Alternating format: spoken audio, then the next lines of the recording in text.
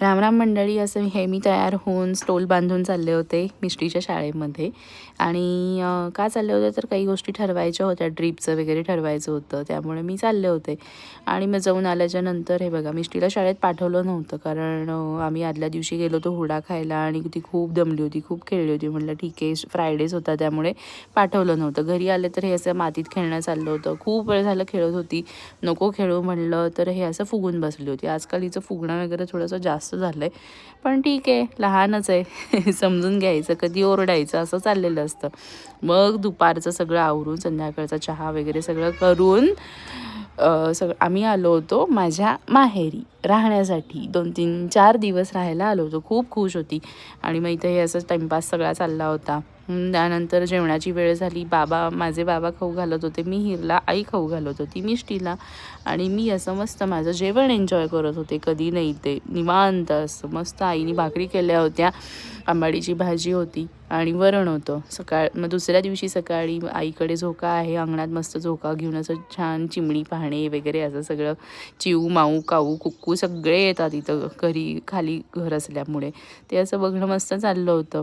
मिष्टी आत्ताच जस्ट उठली होती आणि मिहीर खूप वेळ झालं उठला होता, त्याला खूप झोप आली होती, त्याला झोपवणं चाललं होतं, पण त्याचं अर्धवट खेळणंही चालू होतं मिष्टीसोबत. नंतर मग मिष्टी असं त्याला थापटतीये झोक्यात. आम्ही तिघंही बसलोय छानपैकी असं. सकाळ झाली होती.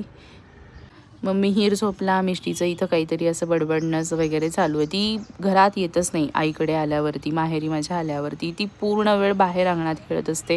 हे असं झाड, नारळाचं खूप मोठं झाड आहे आणि मिष्टी म्हणते आई मी झाड हलवून नारळ सगळे पाडून टाकणार. मग मिहीर इकडे झोपलाच होता, माझं लक्ष होतं, आई त्याच्या शेजारी बसली होती. हे असं टाईमपास तिचा चालला आहे काहीतरी.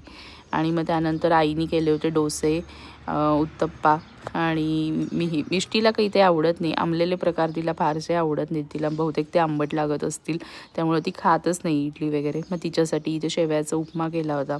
मी तिला शेवयाचा उपमा म्हणजे नूडल्स असं म्हणून देत असते इथं. आणि आमच्याकडे कायम असं ठरलेलं आहे की डोसे, उत्तप्पे किंवा असं काही असेल ना, माझे बाबा ते करतात. आई सगळं त्यांना बॅटर वगैरे बनवून देते आणि तेच करतात. आमच्याकडे ती खूप वर्षानुवर्षाची परंपरा असल्यासारखं आहे ते.